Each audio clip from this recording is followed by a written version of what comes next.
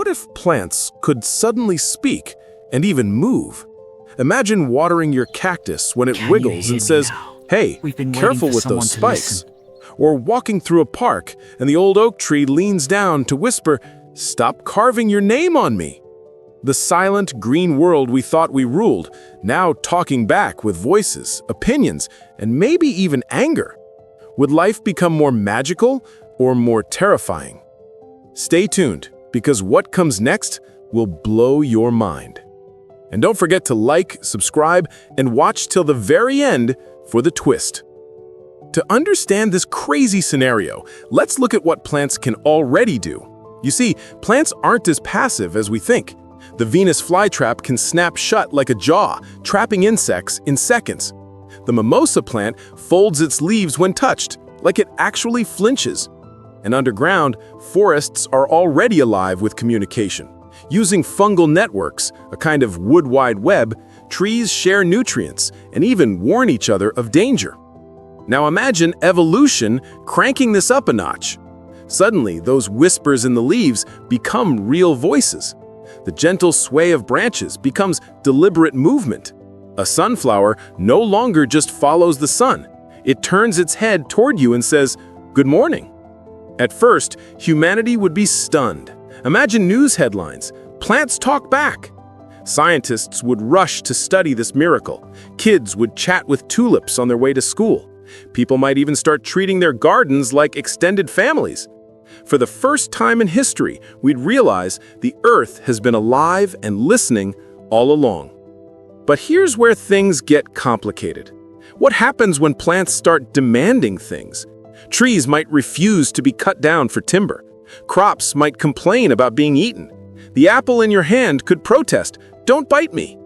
Suddenly, our food, our shelter, even our oxygen would come with a voice attached. And that's when society begins to split. Some would see this as magical harmony, others as the beginning of chaos. But trust me, this is just the calm before the storm, because what happens in part 3 will change everything. At first, people celebrated. Talking plants felt like a miracle, a sign of harmony between nature and humanity. But the excitement didn't last long. Soon, cities began to change in terrifying ways.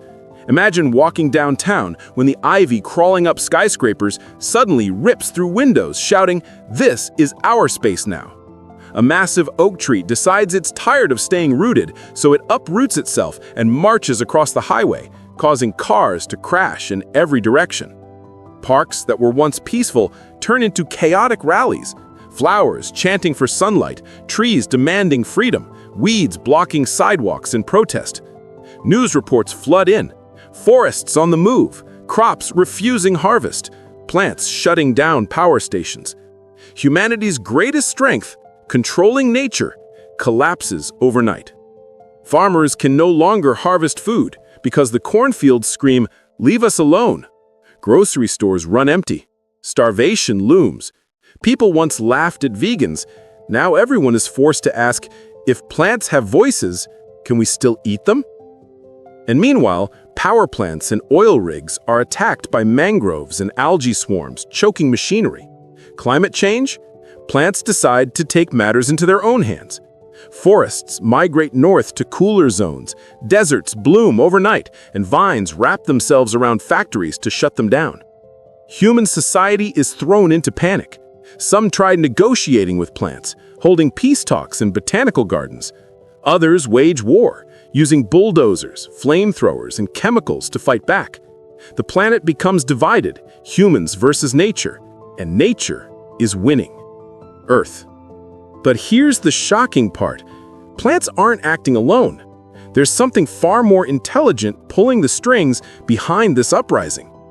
For weeks, humanity struggles. Cities choke with migrating forests, farms collapse, and millions starve. But the real shock comes when scientists finally decode the plant's true intentions. It turns out, plants were never individuals in the way we thought. Every tree, every blade of grass, every flower is part of one massive, ancient intelligence, a hidden green network older than any human civilization. The wood wide web, A global underground fungal and root system has always been there, silently connecting them. Now, with their voices unlocked, that network speaks as one. And its message is chilling. We were here long before you. We gave you oxygen, food, shelter, and now you've poisoned the skies, drained the rivers, and burned our forests. This is not your world, it is ours. Suddenly, everything makes sense. The strange migrations, the coordinated attacks on factories, the vines choking oil refineries. They're not random. They're part of a single planetary strategy. Plants aren't just talking, they're taking control. Governments panic. Some leaders try to negotiate, offering land reserves to forests in exchange for peace. Others declare war, ordering mass deforestation and chemical warfare. But the more humans fight, the stronger the green world becomes. Rainforests expand overnight, crops vanish from fields, and medicinal plants, once willing to heal us, withhold their cures until humanity surrenders. The most terrifying discovery? Plants have learned to manipulate human emotions. Sweet scents calm protesters, spores induce fear, and pollen clouds spread mass confusion. They don't just talk, they can control. For the first time in history, humans realize we're not the rulers of Earth. We're just guests in the house of plants. The world stands on the edge of collapse. Cities overrun with forests, highways swallowed by migrating roots, and farmlands abandoned because crops refuse to be eaten. Humanity has only one choice left: to fight against nature, or finally, learn to live with it. Some governments prepare for total war. Machines rip through jungles, chemical sprays poison the air, and soldiers march into living forests. But it's hopeless. For every tree cut, 10 more rise. For every vine burned, seeds scatter on the wind. Nature is endless, and for the first time, united. But not all plants seek revenge. The ancient redwoods, the elders of the green world, whisper another path. Respect us, and we will share with you. Harm us, and you will perish.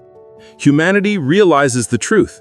Survival depends not on dominance, but on partnership. Imagine a future where cities are built with plants as allies.